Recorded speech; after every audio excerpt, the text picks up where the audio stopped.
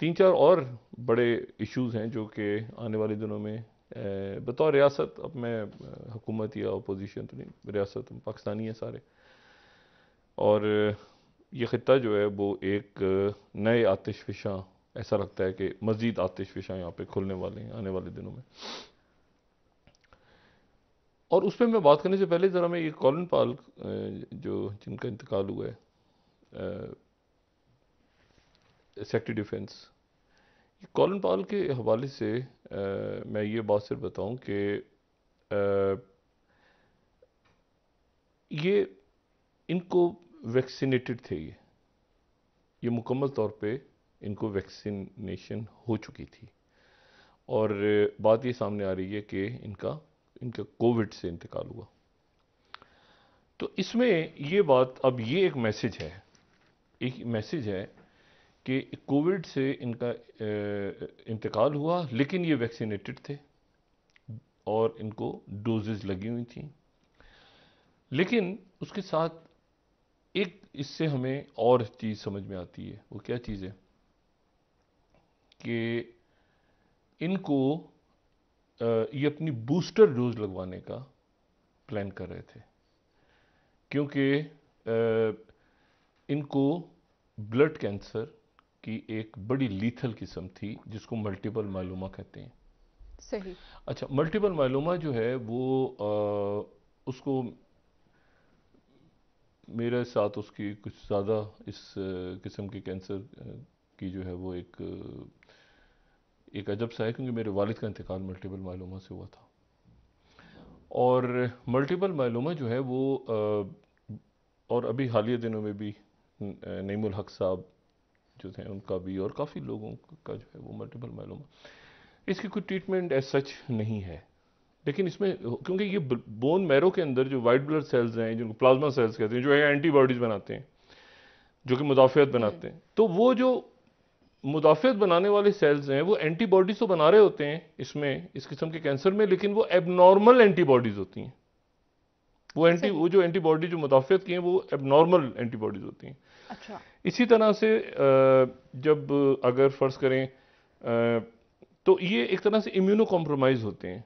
तो immuno compromise होने के नतीजे में फिर ये होता है कि ये चूंकि इम्यूनो कॉम्प्रोमाइज़ थे, ये अपनी थर्ड डोज का वेट कर रहे थे, बूस्टर का, तो दरमियान में फिर इनको जो है वो तो पता ही चल रहा है कि अगर आपको वैक्सीनेशन हो चुकी है, लेकिन अगर आप बहुत ज़्यादा लोड है वायरस का और डेल्टा और ये सारी चीज़ें, और आप बीमार हैं और ख़ास एज है आपकी, तो आप अपनी बूस्टर डोजेस और एहतियात उसी तरह से करें।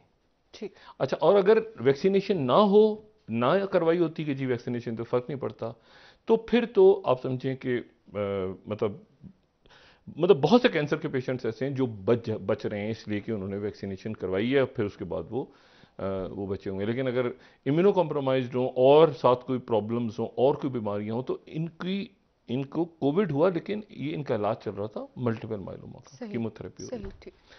और उसमें फिर बूस्टर डोजेस।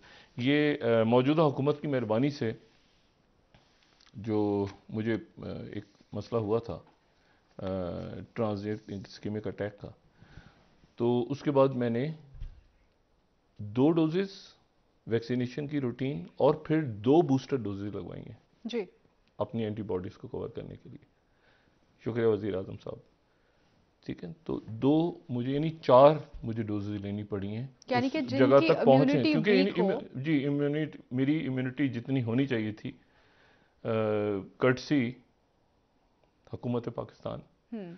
वो जो है वो वीक हो गई। वीक हुई, और उसके नतीजे में ये हुआ, क्योंकि मैं दूसरी मेडिसिन ले रहा था, उनकी भी खैर क्या गलती, उनको भी क्या कहूँ मैं, लेकिन वो चूंकि मेडिसिन उसके ले रहा था, उसके नतीजे में इम्यूनिटी गिरी, तो वो दो, तो मैं इसे भी कह रहा हूँ कि अगर इम्यूनो कॉम्प्रोमाइज हैं तो उसमें आप बूस्टर डोजेज ज़रूर लें, और ये ना समझें कि आप सेफ हो गए हैं, क्योंकि वो वैक्सीन के लोड बाद। भी अपनी जगह से आ रहा है, चारों तरफ से हाँ। आपके लिए मसाइल भी खड़े हो रहे हैं, तो वो जो रिक्वायर्ड एंटीबॉडीज़ हैं उसके लिए फिर आपको बूस्टर डोजेज लेनी है। अच्छा, एक तो बात ये हो गई। दूसरी, आज जो है वो 19 तारीख, और ये वो 19 तारीख है जब एक्सटेंडेड ट्राइका का इजलास होना था रशिया में। वो एक्सटेंडेड ट्रोइका जिसमें मॉस्को में आज होना चाहिए था, पाकिस्तान को ईरान, पाकिस्तान को, अमेरिका को, रशिया को, चाइना, गालिबन इस तरह से बना हुआ था एक्सटेंडेड ट्रोइका। लेकिन अमेरिका ने उसमें आने से इनकार कर दिया। ठीक है। अच्छा। और कल वहां पे इजलास जो अफगानिस्तान के हवाले से हो रहा है, जिसको मॉस्को फॉर्मेट कहते हैं, और जिसमें इंडिया को भी बुलाया है और इंडिया भी वहां पे शरीक हो रहा है, और तालिबान भी जा रहे हैं, वो तालिबान जिनको अभी तक रशिया ने नहीं माना। लेकिन एक बड़ी अलामत है कि माना नहीं, लेकिन जो बात हो रही है तो तालिबान से हो रही है। तालिबान से हो रही है। अमेरिका ने भी नहीं माना, लेकिन अगर बात हो रही है तो तालिबान से हो रही है। ठीक है ना। तो इंडिया भी कल होगा और तालिबान भी होंगे। अमेरिका नहीं होगा कल भी। अमेरिका ने दोनों दिन जाने से इनकार कर दिया। कल भी नहीं? कल भी नहीं होगा। और वजूहात क्या बताई जा रही हैं? वजूहात, अब इसकी बहुत लंबी चौड़ी कहानी है, क्योंकि ज़ल्म खलीलज़ाद को उनके ओहदे से हटा दिया गया है। जी। अच्छा, उस वक्त जबकि ये मॉस्को में ये डायलॉग होने जा रहा था, तो उन्होंने ज़ल्म खलीलज़ाद को कहा जा रहा है कि उनको बड़ी इज्जत से और ये किया, लेकिन असल में उनको हटा दिया गया उनके ओहदे से। ज़ल्म खलीलज़ाद जो हैं ये पख्तून हैं और ये मज़ार शरीफ में इनकी पैदाइश, हम पहले भी एक दफ़ा बात कर चुके हैं। और ज़ल्म खलीलज़ाद जो हैं ये शुरू में तो इन्होंने काबुल में शायद इनकी एजुकेशन थी। मैं दो मिनट की बात करके ना फिर मैं आता हूँ कि क्या वजूहत हो सकती हैं, लेकिन इनकी जरा पोजीशन आप समझें।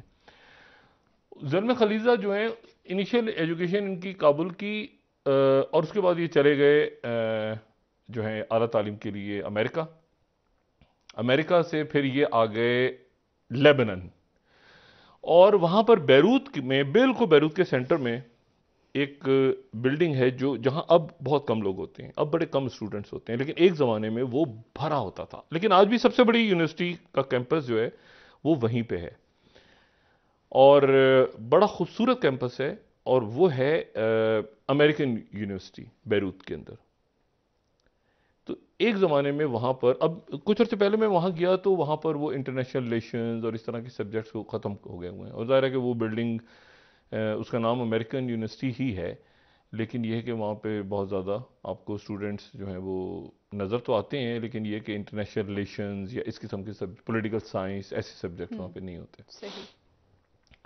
इन्होंने, ज़ल्म खलीलज़ाद ने वहाँ जाके तालीम हासिल करनी शुरू की, और वहाँ तालीम हासिल करने के बाद जो है वो इन्होंने वहीं से बैचलर्स किया, वहीं से मास्टर्स किया, वहीं पर फिर इनकी वहीं पर शादी भी इनकी हुई। इनकी जो अहलियाँ हैं शेरिल बर्नार्ड, वो एक ज़बरदस्त ऑथर हैं, बहुत सारी किताबें, नॉवेल्स वगैरह लिखी हैं उन्होंने।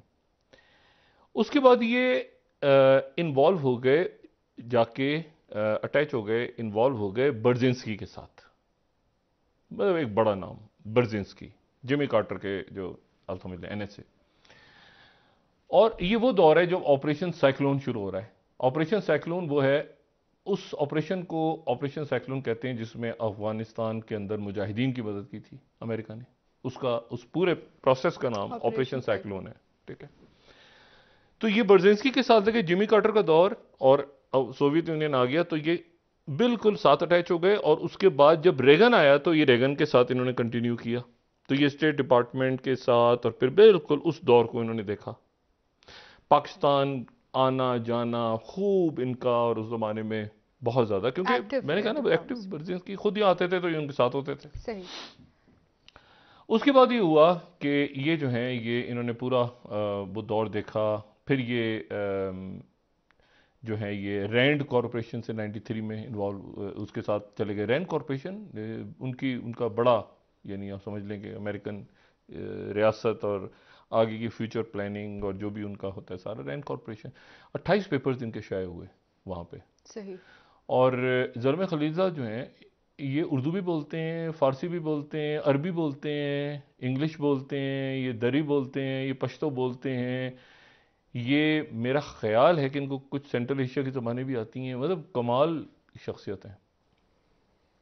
उसके बाद ये हुआ कि 2001 में इनको 9/11 से पहले कॉन्डलीज़ा राइस जब NSA थी, तो कॉन्डलीज़ा राइस ने अपने सेटअप में वो लेकर आ गई नेशनल सिक्योरिटी काउंसिल के अंदर। और फिर 9/11 हुआ तो पता चला कि ज़ल्मी खलीज़ात मौजूद हैं टीम के अंदर प्रेसिडेंट बुश की। तो उनको फिर यहाँ पे भेजा और ये पूरा जो शुमाली इत्तेहाद और ऑपरेशन और तालिबान के ख़िलाफ़ और सारा कुछ। दरमियान का जो अरसा था, ये दरमियान का जो अरसा जिसमें ये रैन कॉरपोरेशन के साथ थे, इस दौरान ये कुछ प्राइवेट फर्म्स के लिए भी काम करते रहे, जिनमें से एक यूनोकॉल थी। अच्छा। और यूनोकॉल वो थी जो तेल की पाइपलाइन जो तुर्कमेनिस्तान कैस्पियन सी से तुर्कमेनिस्तान से पार यूनोकॉल की स्कीम्स के ऊपर, तो ये तालिबान के साथ भी खामोशी से इन टच थे।